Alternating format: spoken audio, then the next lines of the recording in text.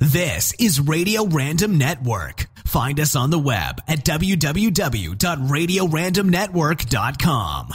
All right, it's Elvis week here in America, and I'm celebrating by talking with special guest Ronnie McDowell. That's right, he's going to be here, and we're going to talk about how Elvis's music, life, and legacy inspired Ronnie to write his 1977 hit, The King Is Gone, and a whole lot of other great stuff. I want to thank all of you for hitting the play button and listening to the Radio Random Network on iHeartRadio, iTunes, SoundCloud, or wherever you're listening to us from. It's been a crazy week. Just got back last night from Nashville, where Tanya Halford and myself was in attendance for the 40th Charlie Daniels Volunteer Jam. It was a hell of an experience, and I got plenty stories to tell, but I'm going to save all that for next week's show, when I'm joined by my old buddy, Mudtooth. And if you're a new listener to the show, or you don't know who Mudtooth is, you're definitely in for a treat. Mudtooth and I was the co-host of Sounds of Louisiana, and I can't wait to see what he has in store for us next week. So be sure and join us for that. It's going to be me and Mudtooth talking music, the state of country music, and Charlie Daniels' 40th Volunteer Jam.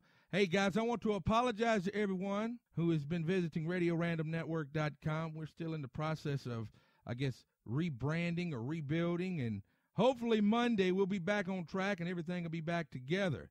But you'll be seeing some changes, especially on iTunes. We'll be adding Indie Happy Hour to the iTunes directory under the Radio Random Network banner, and it's going to start airing Tuesday nights at 7 p.m. Central Standard Time. And, of course, Icons and Legends will be here Friday on iTunes at 3 p.m. on Fridays. And more shows will be added soon. The best way to stay up to date and find out all about what we got going on here is to sign up for the Radio Random Network weekly newsletter. And there's a bonus in it for you, because when you sign up, you're automatically entered to win our monthly giveaway. Last month, our winner, Chris Owens, won 2 tickets to the Charlie Daniels 40th Anniversary Volunteer Jam. So go sign up today, and when we hold our monthly giveaways, you'll be notified if you win or not. It's a pretty cool deal. That is pretty neat. I mean, everybody wins. All right, y'all. I want to give a huge shout-out to the sponsors of the Radio Random Network. Without them, we would have to charge people to listen. So with that said, for all my musician friends that have a band and you need to reach that next level, you want big production, and you want your sound to be perfect, you need Racket Sound, Lighting, and DJ Services. It's big production on a musician's budget, and will take care of all your live sound needs. That's who I use whenever I go out with the RDM band or with Magnolia Fire if there's a reunion. Or we call Bob Tolar for all of our music needs, for all our live music needs, for all our live sound needs, and you should too. His number, 225-773-4639. That's 225-773-4639. And if you're thinking about buying or selling a new home, I got you there too.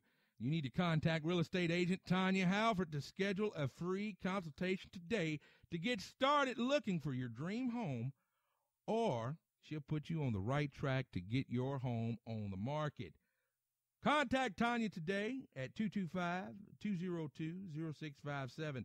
225-202-0657. Okay, here we go. You subscribed. You're listening. It's time to enjoy today's interview with Ronnie McDowell for Elvis Week. All right, my guest today on the Radio Random Network has charted more than over 30 top 40 hits on the Billboard country music charts. Some of these songs you might remember, like Older Women, You're Gonna Ruin My Bad Reputation, and The King Is Gone. For a second time here on the show, Mr. Ronnie McDowell. Ronnie, how you doing today, buddy? My friend, I'm doing good, and I appreciate you having me for the second time. Yes, sir. Been a busy man as of late. We've been following you. If anybody follows you on the social media, they see you've been on tour this summer with you and your son, Ronnie McDowell, and you even got the third generation going around with you, correct?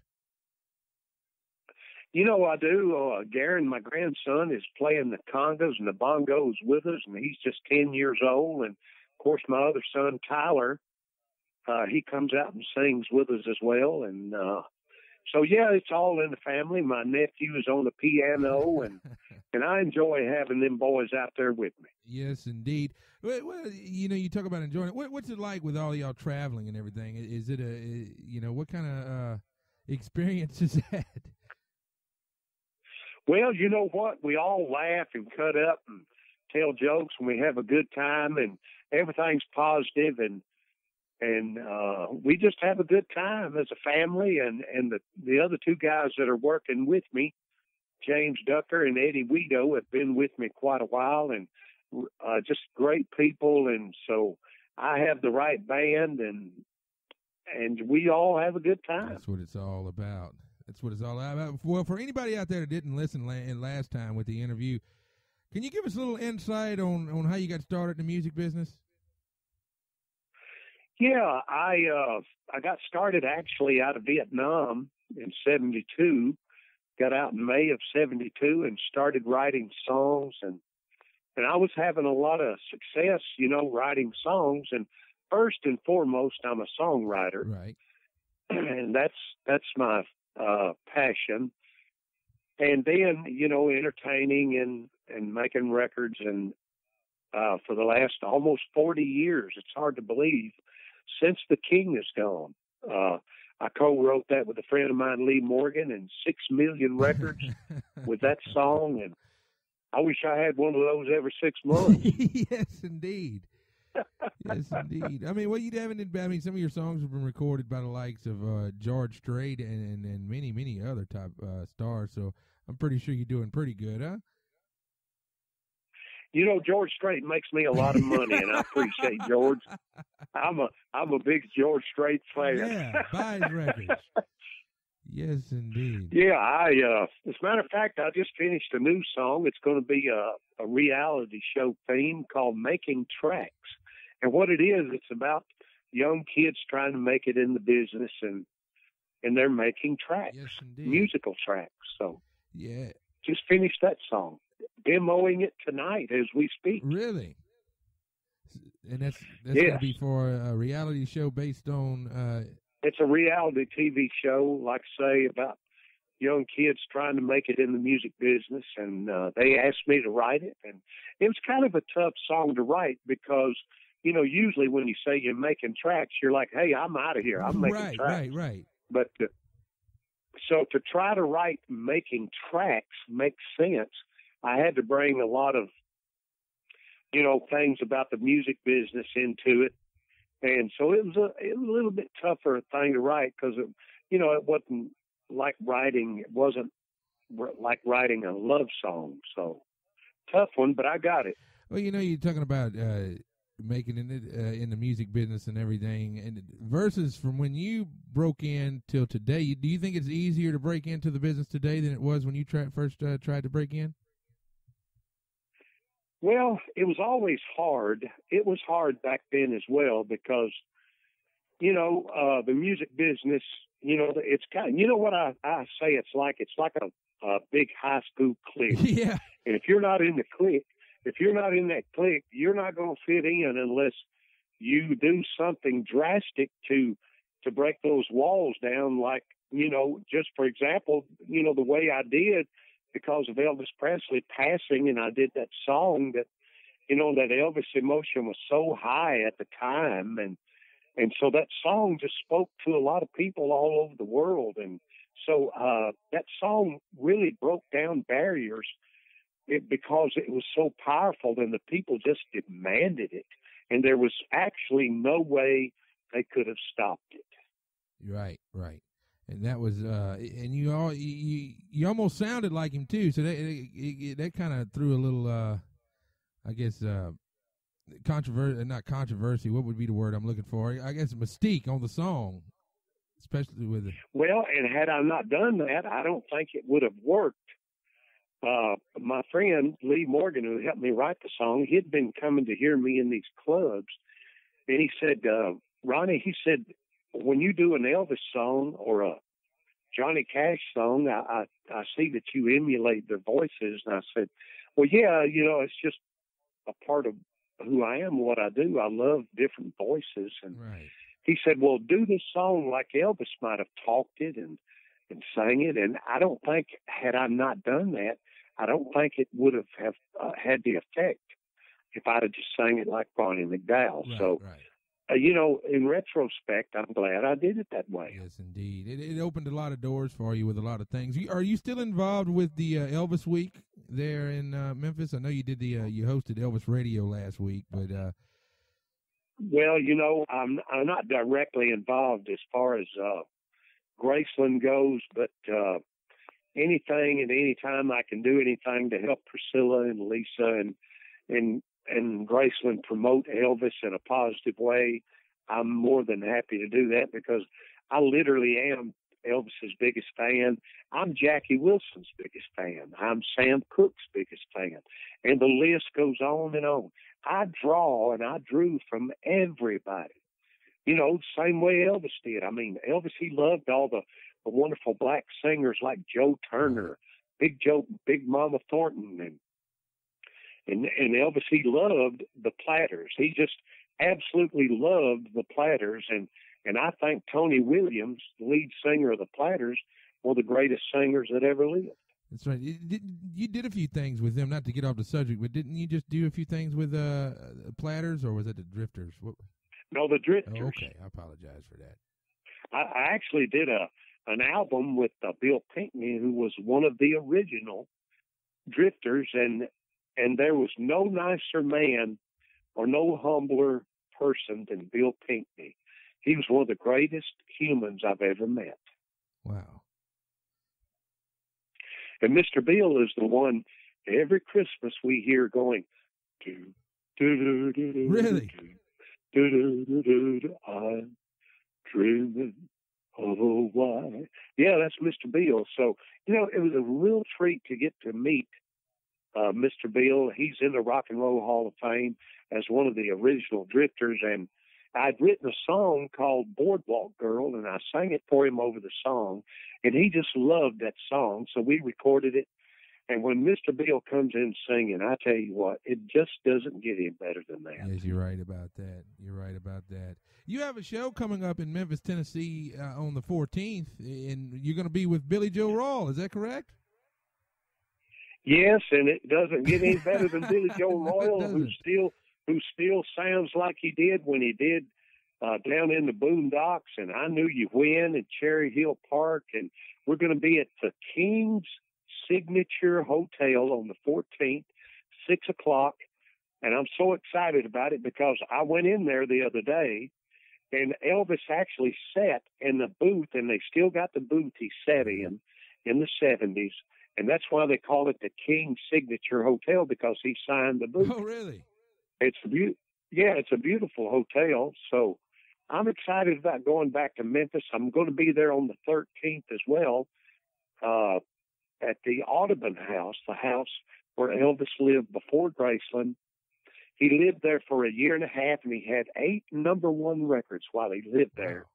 And he always said that was the happiest time of his life, in that little ranch house there. I'm going to be doing a TV show out of there on the Thursday before we do the Memphis show and at the King Signature. So, yeah, I'm excited about being with my friend Billy Joe Rawl. Yes, indeed. Yeah, you do a lot of things with those guys, like the Billy Joe Rawl and the Drifters and everything like that. But one guy, last time we had talked, and one thing you had told me was you're an even bigger fan of Conway Twitty.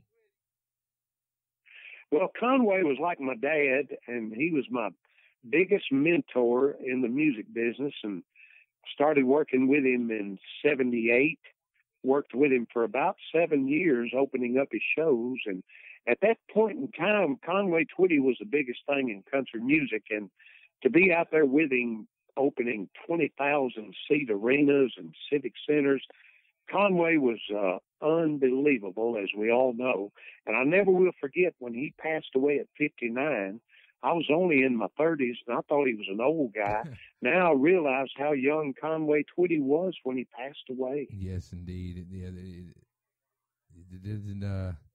It goes quick sometimes, it seems. You know what? It's not rocket science. You got to eat right and exercise and take care of yourself. And It's just easy. If you just do that, you'll live longer and you'll feel better. You look better, and try to keep stress out of your life. So good luck with that. Yeah, good luck with that. Especially with Louisiana women. I think stress is one of the things that comes. Oh, I'm telling you, I got me a Louisiana girl. I got me a girl from West Monroe, Louisiana. Yes, indeed.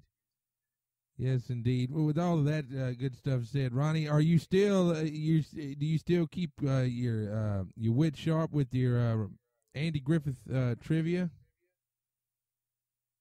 With my what? Andy Griffith trivia. Oh, I love Andy Griffith. Yes, indeed. Yeah, that's my favorite TV show. They don't get no better than Barney Fife. Let me tell you. Yes, indeed. You're right about that, definitely. So, with everything you got going on and everything, and you going in tonight to demo the new song, and but with all of that said, we just come off of talking about the passing of Conway Twitty, and you realizing, at such a young age. We also lost a legend last week in Miss Lynn Anderson. Do you have any memories of Miss Lynn Anderson? I do. Lynn and I, we did shows together in the 70s, in the 80s, in the 90s. I've known Lynn since I first got started. Of course, we all know her from Rose Garden. Yes, indeed. But I actually knew her. I knew her parents.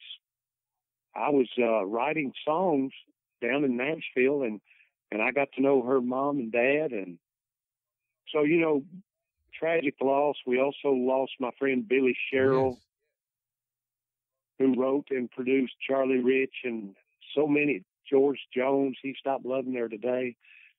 And the list goes on. And also my friend and booking agent, Candy Rice. Wow. So, they always go in twos and threes. Yes, they do.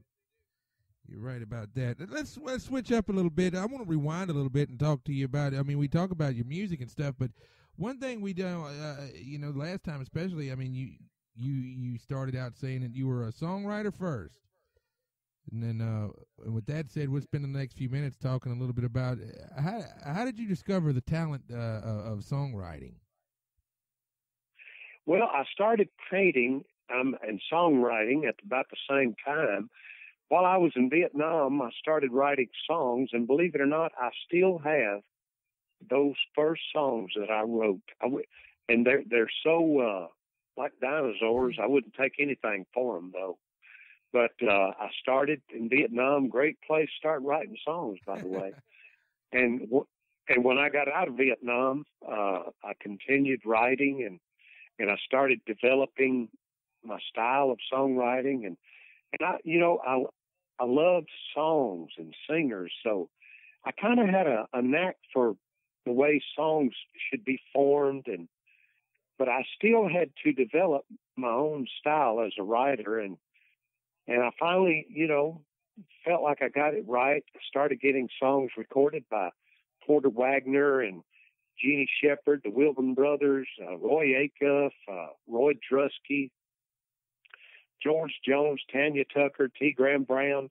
I've had so many wonderful people to sing songs that I've written, and George Strait, as we said a while ago, and so that's my first love, because a song is, after you're finished with it and you demo it, it's kind of like a kid to right. you, and so yeah, that's my first love, songwriting.